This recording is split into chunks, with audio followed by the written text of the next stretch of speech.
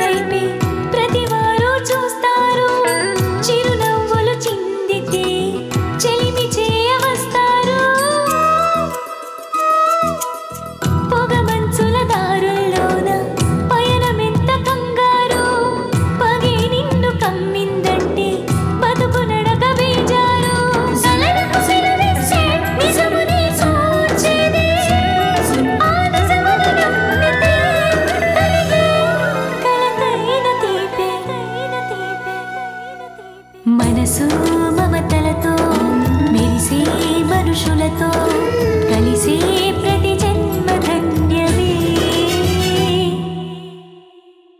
Thank you so much dad. Bye. Okay bye. పదండి.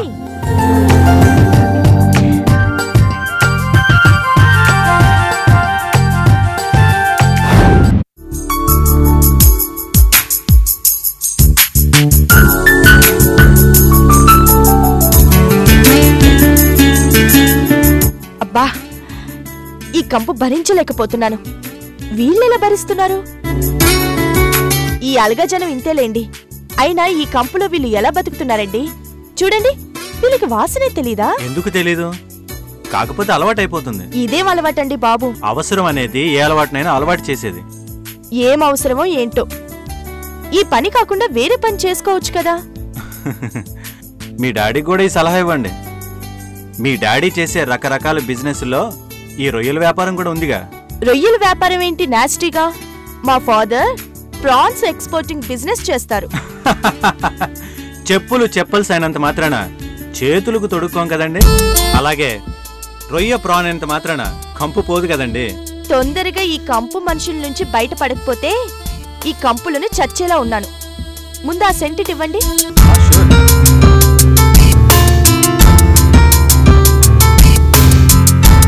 ఈ కంపు మనుషులు కంపును భరించి మీ కోల్డ్ స్టోరేజ్లో రొయ్యలతో నింపితేనే మీ చేతికి సెంటు బాటిల్ వచ్చింది. ఏంటి లేబర్ కి ఫేవర్ గా మాట్లాడుతున్నారు? కొంపదీసి మీ దగ్గర ఎర్ర జెండా ఉందా ఏంటి?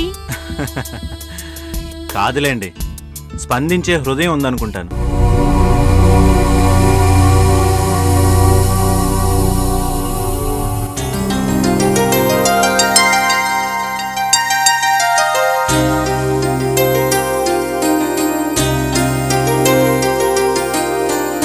ఇదేంటి ఇక్కడ తీసుకొచ్చారు?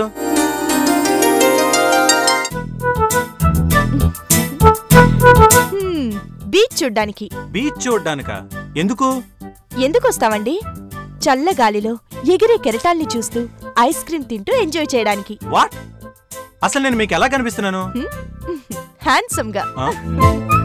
హలో, ఎక్స్క్యూజ్ మీ, నా క్వశ్చన్ అది కాదు. నేనంత ఖాళీగా కనిపిస్తున్నానా? అయినా ఆఫీస్లో నేను చాలా బిజీ అండి. అవును తెలుసు. ఆ బిజీ వల్ల టెన్షన్ వచ్చి ఆ తర్వాత ఇదిగో ఇలా మినీ బీపీ కూడా వచ్చి చికాకు పడకుండా ఉండాలని బీచ్ కి తీసుకొచ్చాను. బీచ్ లో ఎంజాయ్ చేసి రిలాక్స్ అవ్వండి. నాకు రిలాక్స్ కావాలి, బీచ్ కి తీసుకెళ్ళండి అని నేను మిమ్మల్ని అడిగానా? నేనే తీసుకొచ్చాను. ఐస్ క్రీమ్ ఇవ్వు. అడిగితే అరేంజ్ చేసేవాళ్ళు తెలిసిన మనుషులు, అడగకపోయినా తెలుసుకుని అరేంజ్ చేసేవాళ్ళు కావాల్సిన మనుషులు. ఏమండి, ఎందుకండి నన్ను ఇలా హింసిస్తారు?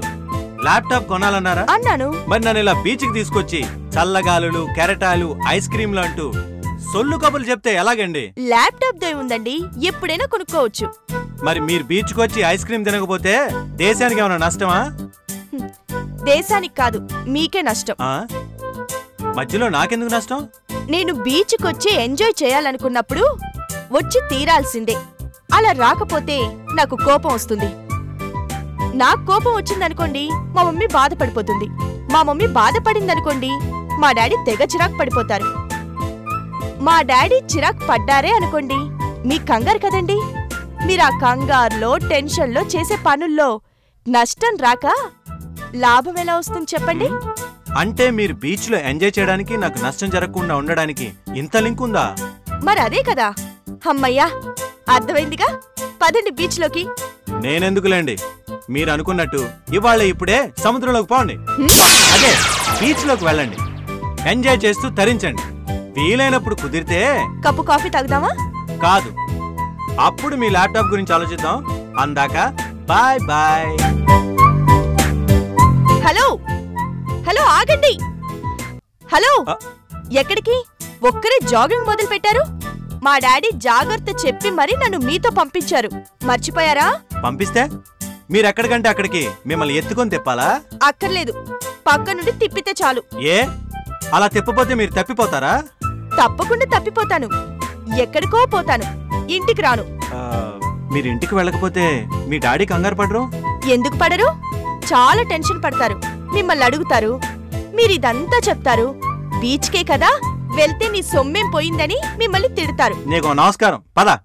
కాస్త నవ్వుతూ రావచ్చుగా. పదండి.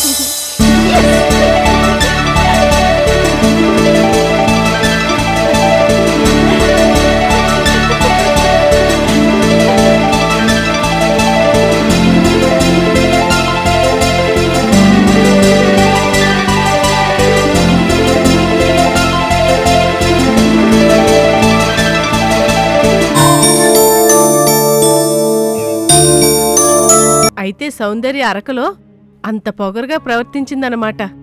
అవునమ్మా, నన్నెవరు మెచ్చుకున్నా తట్టుకోలేకపోతోంది, జలసీ ఫీల్ అవుతోంది. అయినా డబ్బున్న అమ్మాయిలంతా డబ్బుంది కదా అని అందుకే అలా బిహేవ్ చేస్తారేమో. అందరూ అలా ఉండరమ్మా. వాళ్ళ మనస్తత్వాలను బట్టి, వాళ్ళింట్లో వాళ్ళు నేర్పించే సంస్కారాన్ని బట్టి వాళ్ళ ప్రవర్తన ఉంటుంది. అదెప్పుడూ నన్ను ఏదో ఒకటి అనడానికే ప్రయత్నిస్తుందమ్మా. నేనేం తప్పు చేశాను చెప్పు? అయినా దాంతో ఫ్రెండ్షిప్ చేయడానికి చాలాసార్లు ట్రై చేశాను, కానీ అది ఎప్పుడూ నన్ను క్లాస్మేట్లా చూడలేదు, శత్రువులాగే చూసింది. అయినా చిన్నప్పటి నుంచి అంతేలే. అదేనమ్మా కొందరితో వచ్చిన ఇబ్బంది. మనం స్నేహం కోరి ఎంత దగ్గరగా వెళ్తే వాళ్ళు మనల్ని విరోధులనుకుని అంతే దూరంగా పోతూ ఉంటారు. ఏం చేస్తాం చెప్పు? మొదలు పెట్టారా ఆడిపోసుకోవడం? ఎవరి గురించి? సౌందర్య గురించేనా? ఏంటి నాన్న అలా అంటారు? అది నన్ను అరకులో ఎంత కష్టపెట్టిందో అమ్మకి చెప్తున్నాను అంతే. అర్చన, మీ అమ్మకి చెప్పినంత మాత్రాన సౌందర్య మారిపోయి నిన్ను నెత్తిన పెట్టుకుంటుందా? నెత్తిన పెట్టుకోకపోయినా దాని కష్టం వల్ల నా మనసులో కలిగిన బాధ కొంతైనా తీరుతుంది కదా. నీ మనసులో బాధ తీరచ్చమ్మా, కానీ సౌందర్య మీద నీకు ద్వేషం పెరుగుతుంది, పగ రగులుతుంది. తను నీ కంటికి ఓ పెద్ద శత్రువులా కనిపిస్తుంది. ఏమిట్రాదా, తనేదో చిన్నపిల్ల, నువ్వు కూడానా? అదేమిటండి, నేనేమీ దాన్నో శత్రువుగా చూపించి మీ కూతురు బుర్రలో ఎక్కించడం లేదు.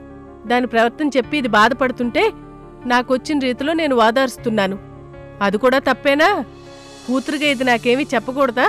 తల్లిగా ఓదార్చే బాధ్యత నాకు లేదా? నేనొకటంటే నువ్వు ఇంకోలా అర్థం చేసుకుంటావేమిటి? నీకు తెలిసిన రీతిలో నువ్వు ఓదార్చడంలో ఆ సౌందర్యాన్ని కాస్త ఆడిపోసుకున్నా అర్చనకి ఆ సౌందర్య జీవితాంతం ఒక శత్రువులా కనిపించే ప్రమాదం ఉంది అని అంటున్నాను. ఇది కనిపించినప్పుడల్లా దాని ప్రవర్తనే శత్రువులా ఉంటుందంట. ఇప్పుడు కొత్తగా దాన్నేమీ శత్రువుగా చిత్రీకరించడం లేదు. అయినా అది శత్రువుగా కనిపిస్తే మనకొచ్చిన నష్టమేంటి, మీకొచ్చిన నష్టమేమిటి అంట. ఏం నువ్వు మాట్లాడేది? నాన్నెప్పుడు ఇంతేనమ్మా. సౌందర్య గురించి మనం మాట్లాడితే చాలు దాన్నేదో మనం ఆడిపోసేసుకుంటున్నాం అంటారు. నేను దాని బిహేవియర్ గురించి చెప్తున్నాను నాన్న. అది మీ ఫోటో చించేసింది. అది శత్రువులు చేసే పనా, మిత్రులు చేసే పనా? పిచ్చివాళ్ళు చేసే పని అనుకో. అదేం పిచ్చి నాన్న, అది నన్ను ఎన్ని రకాలుగా ఇబ్బంది పెట్టిందో తెలుసా? అదంతా తెలిస్తే అమ్మ భయపడుతుంది. అయినా అవన్నీ చెప్తే మీకు అర్థం కావలేదు. పరాయి వాళ్ళని తిట్టి కూతుర్లను వెనకేసుకొచ్చే తండ్రిని ఎంతో మందిని చూశాను, కానీ కూతుర్నే తిట్టి పరాయి వాళ్ళని వెనకేసుకొచ్చే తండ్రిని మిమ్మల్నే చూస్తున్నాను నాన్న. అది కాదమ్మా. పోండి నాన్న. రే అర్చన,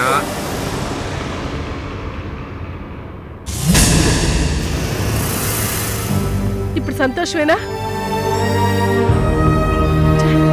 జగదాంబలో మిరపకాయ, సంధ్య థియేటర్లో గగనం, సిరిపురంలో అలా మొదలైంది. గోపాలపట్నంలోనేమో అప్పలరాజు. ఏ సినిమాకెళ్దామో తొందరగా డిసైడ్ చేయవే. మళ్ళీ రేపటి అయితే కష్టం. ఏ, రేపటి నుంచి కలియుగాంతమని ఎవరైనా చెప్పారా? కలియుగాంతం కాదే, రేపటి కాలేజీ ల్యాబ్ ఎగ్జామ్స్ వస్తున్నాయి కదా. ప్రతిసారిలాగే వస్తాయి వెళ్తాయి. దాన్ని అంత స్పెషల్ గా ట్రీట్ చేయాల్సిన అవసరం ఉందా? ఉందే, ఈసారి జరిగే ల్యాబ్ ఎగ్జామ్స్ లో ఓ ఇంపార్టెన్స్ ఉంది. కేవీ కెమికల్స్ ల్యాబ్ వాళ్ళు ఫ్యూచర్లో వాళ్ళ ల్యాబ్ సైంటిస్ట్ జాబ్స్ కోసం క్యాండిడేట్ల సెలక్షన్ ని బీఎస్సీ లెవెల్ నుంచి మొదలు పెట్టారట. మంత్లీ శాలరీ ఎంతో తెలుసా? లాక్స్ లో ఉంటుంది. అంటే ఆ సైంటిస్ట్ జాబ్ కి గ్యాలం వేస్తున్నావా? మనకంత కెపాసిటీ ఏది? ఏదో మా అమ్మ పోరంతే. అయినా ఇలాంటి వాటికి ఆ అర్చన తప్ప మనమెవరూ పనికిరాం కదే. అదే నువ్వు అర్చన తప్ప మేమెవరూ పనికిరాం కదే. మాట మార్చకు. నేను కూడా ఆ అర్చన ముందు పనికిరానని నీ ఇన్నర్ ఫీలింగ్, అంతేనా? అది కాదే, దానికి ఫస్ట్ ర్యాంక్ వస్తే ఫ్యూచర్లో అది జాబ్ సంపాదించుకుంటుంది. సంపాదించుకొని నీకలా జాబ్ చేసే కర్మ లేదు కదా. నాకక్కర్లేకపోయినా దానికుండకూడదు. దానికి కాకపోయినా వేరే ఎవరికైనా వస్తుంది కదే. ఇంకెవ్వరికొచ్చినా నాకు అనవసరం, కానీ అర్చనకి మాత్రం అంత గొప్ప జాబ్ రాకూడదు. అవునే సౌందర్య, నేనెప్పటినుంచో నిన్ను అడుగుదామనుకుంటున్నాను. ఆ అర్చనంటే ఎందుకే నీకంత కోపం? ఆ అర్చన మీద నాకున్న కోపం నిన్న ఇవ్వాల్టిది కాదే, ఎప్పటినుంచో ఉంది. చిన్నప్పటినుంచి ఉంది.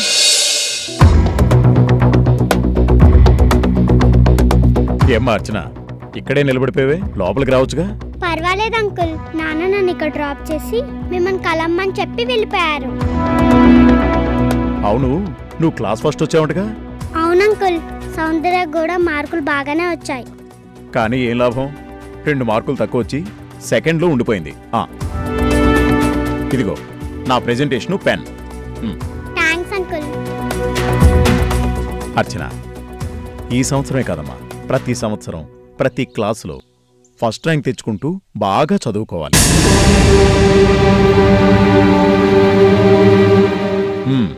సౌందర్య, అర్చన చూసావు కదా ఎలా ఫస్ట్ ర్యాంక్ తెచ్చుకుందో? నువ్వు కూడా అలాగే తెచ్చుకోవాలి, అర్థమైందా? అర్చన కంగ్రాట్స్ చెప్పు. చెప్పను.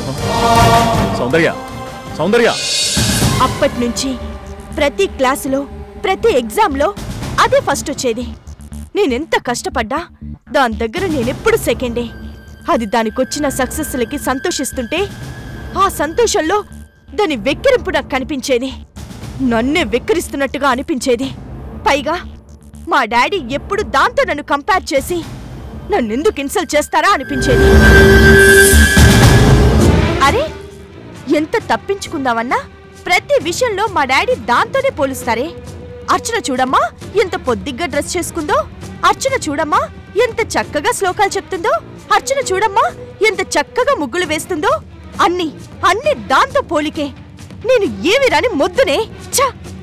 అది అతి త్వరగా నిద్రలేస్తుందంట, అది గొప్పే. అది బస్సులో వెళ్ళి కష్టాలు పడి లైఫ్ తెలుసుకుంటుందంట. ఇంతలా చదువుకుంటున్నా కూడా ఇంటికెళ్ళి వాళ్ళ అమ్మకి వంట సాయం చేస్తుందంట, అది కూడా గొప్పే. ఈ వంటలవి చేసే కర్మ నాకెందుకే? నేనేమైనా డబ్బులేని దరిద్రపు కొంపలో పుట్టానా? నేను చిటికేస్తే పని మనుషులొచ్చి నా నోటికందించే అదృష్టం నాది. ప్రతి దానికి కష్టపడాల్సిన దురదృష్టం దాంది. నా అదృష్టాన్ని ఎప్పుడు మెచ్చుకోరు, దాని దురదృష్టాన్ని కూడా పాజిటివ్గా చూపిస్తూ దాన్ని ఆకాశానికి ఎత్తేస్తుంటారు. అది అంతే, ప్రతి దానికి నాకు కౌంటర్ ఇస్తూనే ఉంటుంది. ఫోన్లని ఊరుకోవచ్చు కదా, ఊరుకోదు, నన్ను రెచ్చగొడుతుంది.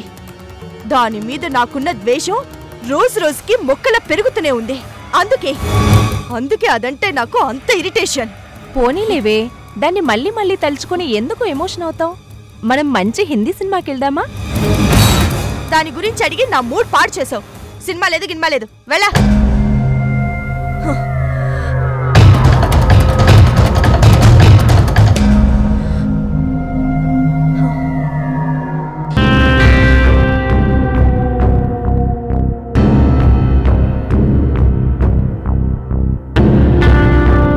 సింహాద్రి అయ్యా, ఇదిగా చేప శుభ్రంగా పులుసెట్టు. ఇక కూర రుచిగా లేదనుకో, ముందు నీ పులుసు గారిపోద్ది, తర్వాత నీ ఎట్టం. ఏలు అటాయమయ్య.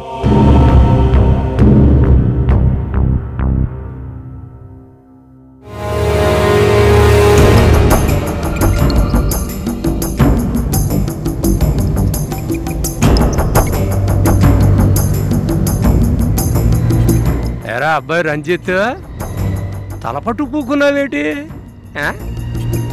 తెగ తాగేసి తలదిమ్మెక్కిపోనాదా? నాకు తలదిమ్మెక్కిపోయి తాగడం అసహ్యం అనిపించినదా? నా మీద నాకే అసహ్యంగా ఉంది. ఎంత డబ్బు పరపతి ఉన్నా ఈ అప్పలనాయుడు ఒక్కగానొక్క కొడుకువే. నువ్వు అనాల్సిన మాటేనా ఇది? చాతగానే దద్దమ్మలా కూర్చున్న మనకి ఆస్తి పరపతి ఉన్నా ఒకటే, లేకపోయినా ఒకటే.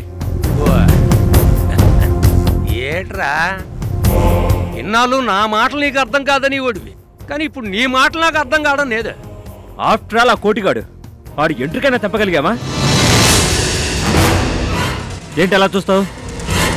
అడ్డొచ్చిన ఎందరినీ లేపలేదు, మరి కోటిగాడి విషయంలో ఎందుకు ఫెయిల్ అయ్యాం? ఓ రదా నీ బాధ. ఒరే, ఒక్కో పాలి మనం ఎంత జాగ్రత్తగా డైవింగ్ చేసి బండి నడిపించినా అవతలడు వచ్చి మన గుద్ది వచ్చు. అది మంద తప్పు. ఇప్పుడు మన టాపిక్ కి నీ వాగుడికి ఏమైనా కనెక్షన్ ఉందా? ఉందో లేదో ఆనకు చెప్తాను, ముందు నేను అడిగిందని సమాధానం చెప్పు. అవును, కరెక్ట్గా వెళ్ళినా అవతలోడు మనకు డాష్ ఇవ్వచ్చు, అందులో మన తప్పు లేదు. అయితే ఏంటి? అలాగే మనం ఆ కోటిగాడిని చంపడానికి ఎంత పథకం వేసినా ఆడు అదృష్టం వాడిని కాపాడి ఉండొచ్చు. ఆడికి ఇంకా భూమి మీద నూగలు ఉండుండొచ్చు, అందులో మన తప్పేడు చెప్పు. అంటే వాడు అదృష్టవంతుడు కాబట్టి మనం చేతగానే ఎదవలం అవ్వాలంటావు? అది నానెందుకు అంతాను? ముందు మందుపోయి మంతాను.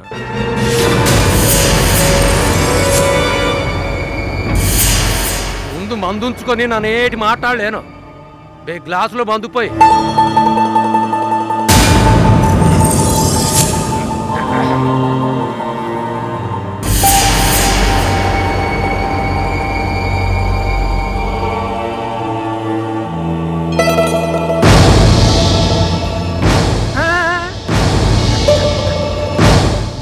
మందులో తాగి కూడా అస్సలు సిస్సలైన మొగోడు. అదే చీరలో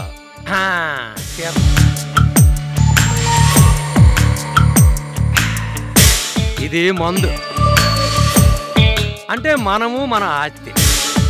ఇది ఇక ఐసు అంటే అరసాబాబు ఆస్తి అనుకో. ఈ రెండు ఇప్పుడు ఇడిడిగా ఉన్నాయి. అరసాబాబు ఆస్తిని మన ఆస్తిలో కలిపేయాలని ప్లాన్ వేస్తాను నేను. ఇప్పుడు ఈ మందులో ఐసు మొక్క కలిసిపోనేదేటి, అలాగే అరసాబాబు ఆస్తి మన ఆస్తిలో కలిసిపోవాలి. కరిగి కరిగి కలిసిపోవాలి. ఏది ఇప్పుడు ఐసు మొక్కనేదే కరిగిపోనాది. ఇప్పుడు అరసాబాబుకి ఆస్తి అంటూ ఏటి లేదు, అంతా మందే. మనం ఎంత తాగితే అంతా మందే. ఏటి నీకు బోధపడినేదేట్రా? ఇప్పుడు అవతలోడు కంపెనీ ఎదక్కండా మన కంపెనీని పెంచాలనుకున్నాము, కుదరలేదు. ఇప్పుడు అవిడియే మార్చేసి పెరిగిన అవతలోడు కంపెనీని మన సొంతం చేసుకోవాలని చూస్తున్నాము. ఆడాస్తి మనాస్తిలో ఎలా కలుస్తుంది నాన్న? ఆడేమైనా మన చుట్టమా? చుట్టరికం కలుపుకుంటే పోలా? అదేరా, అరసాబాబుతో మనకి కయ్యం కలిసి రానప్పుడు ఇయ్యంతో సాధించాలా? వెయ్యంతోనా అంటే?